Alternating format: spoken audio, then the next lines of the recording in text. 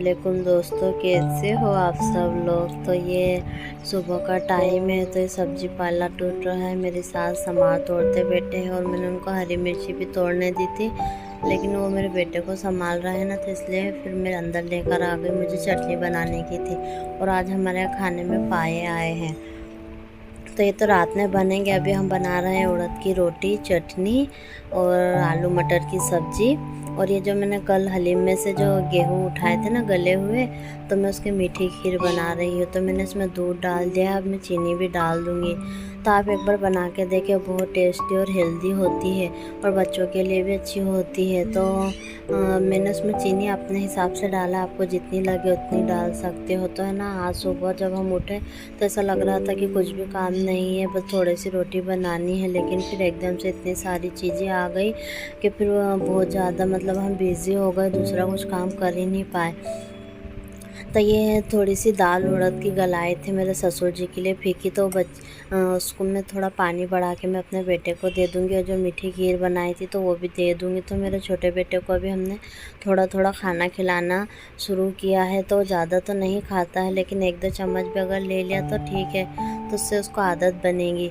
तो मैं हरी इलायची, मैं इसमें सिर्फ 2 हरी इलायची डालूँगी। तो मैं इसको पहले चीनी के साथ पीस लूँगी ताकि वो अच्छी बारीक हो जाए। अब ये भी मैं इसके अंदर शामिल कर दूँगी। तो ये सिंपल सी खीर है ना, इतनी टेस्टी लगती है, इतनी सोंधी लगती है खाने में। तो मैंने कल ही इसे उठाकर रख दिया था, लेकिन कल मुझे टाइम नहीं मिला इसे बनाने के लिए। तो मैंने फिर इसे आज ही कहा कि अगर अब ये रखे रह गई तो ये ख़राब हो जाएंगे गेहूँ, क्योंकि रात भर के भीगे हुए होते हैं ना, तो फिर इनका उतरने का डर होता है। जो है अच्छी भी लगती है, तो फिर मैं इसे सुबह ही तैयार कर लेती हूँ। तो अब मैं इसमें ना घी भी डालूँगी और पिसा हुआ, अगर आपके पास खोपरा काजू बादाम हो तो आप वो भी इसमें डाल सकते हो। लेकिन ये मैंने खीर तो रेडी कर ली है, मुझे चटनी पीसना है। तो मैंने थोड़ी सी मिर्ची सेकने डाल दी थी और थोड़ी सी हाथों हाथों और तोड़ ली, तो वो भी मैं डाल दूँगी, क्योंकि मुझे चटनी थोड़ी ज़्यादा चाहिए। और इस समार को मैं बाहर धोने के लिए आ गई थी, क्योंकि वहाँ पे मेरे चाची सास पाए धो रहे थे। तो फिर ऐसे होता कि कभी कभी हमारे किचन में ना थोड़ी सी भी जगह नहीं होती है दूसरा काम करने के लिए, तो फिर हम बाहर भी आ जाते हैं, क्योंकि बाहर भी हमारे नल वगैरह लगे हुए हैं। तो ये जो मोटे मोटे डंठल है ना, तो मैं चटनी के साथ में ही, मिर्ची के साथ में ही पीस लूँगी। तो इससे ना चटनी में बहुत अच्छा टेस्ट आता है। इसे तो मैं ऊपर से काट कर भी डालूँगी, लेकिन पीसने के साथ पीसो ना जब, वो ज़्यादा अच्छा रहता है। तो लहसुन और हरा धनिया और मिर्ची को मैंने चटनी मोटा मोटा पीसना है, ज़्यादा बारीक नहीं करना। अब मैं तो इसे तो हम चटनी के अंदर तेल गरम करके डालते हैं, लेकिन ये चटनी ज़्यादा है, तेल गरम करके डालने से इसमें कोई फ़र्क नहीं पड़ेगा। इसलिए मैंने ना कढ़ाई को गरम करके उसमें तेल डाल लिया है, और मैं गैस को बंद कर दूंगी, और उसके बाद उसमें चटनी और समार दोनों मिलाकर अच्छे से चला लूँगी। तो ये अच्छी सौंधी हो जाएंगी, मतलब ये अदर कच्ची रहेंगी, ना ज़्यादा पकी हुई ना ज़्यादा कच्ची। तभी मेरा बेटा आकर बैठ गया है और मुझे कह रहा कि मम्मी नाश्ता दो। तो अभी तो कुछ बना नहीं था, तो मैंने इसे ककड़ी काट कर दे दी थी, और बाद में फिर मैं इसे खाना दूंगी। तो ऐसा ही होता है कि बीच बीच में ना दूसरे काम बहुत से आते जाते हैं, तो काम रुकते चला जाता है। नहीं तो फिर एक लगत करते रहो तो फिर काम जल्दी हो भी जाता है। फैमिली में तो ऐसा ही होता है, लेकिन हमें ना हमें अब आदत हो गई है, और हम अपने काम को आराम से एडजस्ट कर लेते हैं, हमें से कोई प्रॉब्लम होती नहीं है। बस ये है कि थोड़ा टाइम लगता है, तो वो तो फिर अब ज़्यादा परिवार है और ज़्यादा घर में बच्चे भी है, तो फिर टाइम तो लग ही जाता है। और तो मैंने नीचे बैठ के पहले पायों को अच्छे से साफ़ कर लिया था और पानी में भिगाने के लिए छोड़ दिया था। मैंने कहा पहले मैं दूसरे काम कर लेती हूँ, उसके बाद फिर मैं पायों का काम करूँगी। तो फिर मैंने सबको नाश्ता पानी करा दिया है, चटनी भी बनाकर रख दी है, और मेरा जो काम था छोटा मोटा वो भी सब मैंने कर लिया है। तब मैं पहले पायों को धोकर चढ़ा दूँगी, क्योंकि उनको गलने में टाइम लगता है, और फिर उसके बाद मैं रोटी बनाऊँगी। और मेरा बेटा भी झूले में सो गया था, तो मैं उसे भी देखने आ रही थी, क्योंकि वो अभी ना झूले में ज़्यादा देर सोता नहीं है, वो जल्दी जल्दी उड़ जाता है। तो हम उसको झूला देते रहते हैं चलते फिरते। तो देखिए मैं पाए धोने का काम भी मैंने कर लिया, और मैं इसे अब मीठे पानी से धोकर भी चढ़ा दूँगी। तो पाए अच्छे से साफ़ हो गए, इन्हें हम पानी में भिगा देते हैं ना, तो जो भी चीज़ें रहती हैं ना वो ऊपर फूल कर आ जाती है। तब मैं इसे डायरेक्ट कुकर में ही डाल दूँगी और गर्म पानी करके इसमें डाल दूँगी। तो इसमें मैं प्याज, हल्दी, नमक और थोड़ा सा तेल डाल के इसे बस बॉईल कर लूँगी सिंपल सा। इसमें कुछ मसाले वगैरह नहीं डालूँगी क्योंकि मेरे सास ससुर को अभी मसाले नहीं चल रहे तो वो अभी नहीं खा रहे। तो आलू मटर की सब्ज़ी बन गई थी और रोटी नहीं बनी थी, तो मैं अपने बेटे को बासी रोटी ही दे दूँगी। तो ऐसा होता है कि कभी खाना नहीं होता तो मैं अपने बेटे को बासी रोटी भी दे देती हूँ। बच्चों को हर तरह के खाने की आदत होना चाहिए ताकि कभी कहीं ऐसा काम पड़ जाए तो बच्चों को हर चीज़ हजम हो। तो ये देखिए मैंने इसमें गर्म पानी भी करके डाल दिया है और अब मैं आटा भी हाथों जल्दी से गूंद लूँगी। तो मैं काम है ना बहुत जल्दी कर रही थी क्योंकि मुझे आज दूसरे भी बहुत सारे काम थे। तो मैंने सोचा कि मैं ये काम निपटाने के बाद अपने आंगन की सफाई करूँगी। लेकिन क्या हुआ ना कि आज मेरा बेटा सोने का नाम ही नहीं ले रहा था, वो बहुत बार उठ रहा था और उसमें सिरिप आए एकदम से बीच में आ गए, हमको पता नहीं था। तो ऐसा ही होता है कि हम तो पूरी सेटिंग करके सोते हैं कि हमको सुबह उठकर क्या क्या करना है, लेकिन एकदम से बीच में कोई काम आ जाता है ना तो फिर काम बढ़ जाता है। तो ये बाहर है ना नल भी आए हुए थे तो बाहर पानी भी भरा रहा था, कपड़े भी धुल रहे थे, तो बाजी से ना पाइप बीच में अटक के रह गया और पूरे आंगन में पानी फैल गया था, तो पानी पहुँच रहे थे। तो मैं बहुत थक गई थी। मैं जब से उठी थी तब से खड़े खड़े काम ही कर रही थी। तो मैं थोड़ी देर यहाँ बैठ गई हूँ। जो मीठी खीर बनाई थी तो मैंने कहा थोड़ी सी चख लेती हूँ।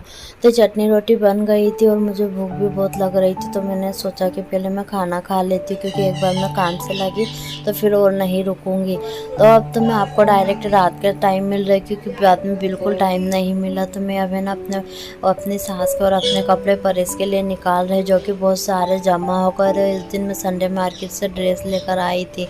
तो है ना कपड़ों का बहुत ज़्यादा बाज़ार हो गया है मेरा पूरा टाइम। तो रात का जितना भी टाइम बचा था ना 9 से लेके 12 बजे तक के मैंने कपड़ों पे प्रेस ही की क्योंकि फिर मुझे कल भी दूसरे काम करना है। तो कल ये हमारे आज है ना काम का जो पिटारा बोलते हैं ना, काम का पिटारा खुला था, तो आज पूरा दिन हमारा काम में ही चला गया। और ये थी बच्चों के साथ है ना काम को मैनेज करने में थोड़ी प्रॉब्लम होती है, लेकिन अब तो आदत हो गई है सब करने की और मुझे ज़्यादा टेंशन नहीं होती है, मैं आराम से सब काम कर लेती हूँ। तो देखिए प्रेस का आसान करने का तरीका ये है कि आप है ना प्रेस कर के इस तरीके से कपड़ों को टांगते जाए, क्योंकि क्या होता है कि कभी कभी हमारे पास प्रेस करने का टाइम तो होता है लेकिन कपड़े फोल्ड करने का नहीं होता।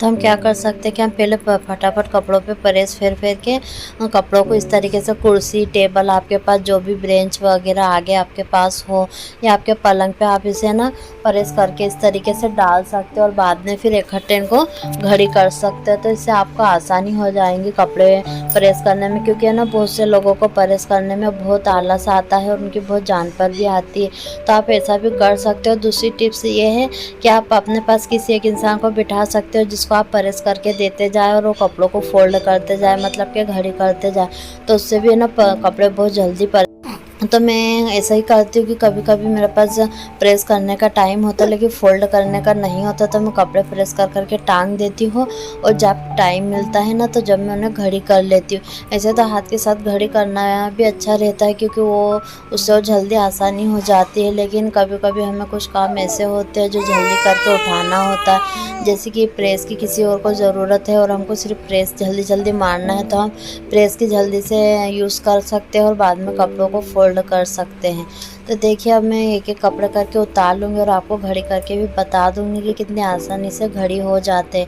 तो मैंने 2 तरीके की घड़ी करी, एक छोटी और एक बड़ी। तो मैं ज़्यादा कर छोटी घड़ी करती हूँ, उससे है ना कम जगह में भी अच्छे कपड़े आ जाते हैं और अब अलमारी में अच्छी स्पेस हो जाती है। तो देखिए मैंने किस तरीके से छोटे छोटे फोल्ड कर दिया, तो है ना एक से आपको कितने ज़्यादा चौड़े दिख रहे होंगे और एक कितने सकड़े से हैं। तो पहले मैंने अपनी सास के कपड़ों को प्रेस कर दिया, ये उनके सब नमाज के दुपट्टे हैं और ये उनके पूरे ड्रेस है। तो उन्होंने अभी तो फ़िलहाल कम कपड़े निकाले, कहा कि तुम अभी थोड़े ही कपड़े प्रेस करो, बाकी के बाद में करना। तब मैंने अभी तक इतने टाइम में अपनी सास के कपड़े प्रेस करे हैं, अब मैं अपने कपड़े लेकर बैठूंगी। तो मैं इनके कपड़े पहले छीके में लगाकर उनको बाहर दे दूंगी, क्योंकि वो बाहर बैठे हुए तो अपनी अलमारी में कपड़े रख लेंगे। उसके बाद मेरा बेटा है ना उनके पास बिल्कुल भी नहीं रह रहा था, तो मैं उसे लेकर रूम में आ गई थी, क्योंकि वैसे भी अब रात का टाइम हो गया, वो दिन भर तो रह लेता है लेकिन रात को किसी हाल भी किसी के पास रहता नहीं है। तो मैं अपना ड्रेस भी प्रेस कर लूँगी। तो तो मेरा भी है ना बहुत सारे कपड़े में जब से आई थी ना, जब से जमा ही हो रहे थे, सब एक एक बार के पहने हुए रखे हुए। तो इन सबको मुझे प्रेस करने की थी, क्योंकि अब ये सब रमज़ानों में पहनने के काम में आएंगे। तो ये मेरा है ना पाकिस्तानी ड्रेस प्रिंट का ड्रेस है, तो ये बहुत अच्छा लगता है पहनने पर। ये मैंने अभी नया ही सिलवाया है, तो मैं रमज़ानों में आपको पहनूँगी जब बताऊँगी। और अब वो मेरा बेटा मेरे पास आ गया और वो रहेगा नहीं, तो इसलिए मुझे हाथ के साथ ही प्रेस करके कपड़े फोल्ड करना है। टाइम के हिसाब से अपना काम कर सकते हो, कभी आप फ़ोल्ड कर लो, कभी आप उसे टांग कर रख दो, सुबह फ़ोल्ड कर सकते हो। ऐसा भी आप कर सकते हो कि आपको रात में जल्दी प्रेस करनी है तो आप रात में बैठकर पहले प्रेस कर लो, सुबह उनको उठाकर आप फ़ोल्ड कर सकते हो। तो अभी मेरे हस्बैंड आ गए थे, तो उन्होंने मेरे बेटे को ले लिए थे, तो मेरे पास थोड़ा टाइम हो गया था, तो मैंने कपड़े सब हाथों हाथ प्रेस करके रख दिए थे। तो मैं अपने सब कपड़े भी प्रेस करके रख दूँगी और इनको सुबह का अलमारी में लगाऊँगी, क्योंकि अब मेरा बेटा बहुत 11:15 बज गई थी ना, तो अब रह नहीं रहा था और बहुत परेशान कर रहा था। तो इसलिए मैंने अपने सब कपड़े छीके में निकाल के रख दिए और अब मैं इनको सुबह लगा दूँगी। तो ये मेरा एक बहुत बड़ा काम था जो मुझे करना था। मेरी सास के कपड़ों पे प्रेस करना भी ज़रूरी रहता, क्योंकि रमज़ान में वो यही सब कपड़े पहनने वाले हैं। तो आपको हमारी वीडियो कैसी लगती है हमें कमेंट करके ज़रूर बताएं। हमारे चैनल को सब्सक्राइब करें, लाइक करें और शेयर करें। अल्लाह हाफ़िज़।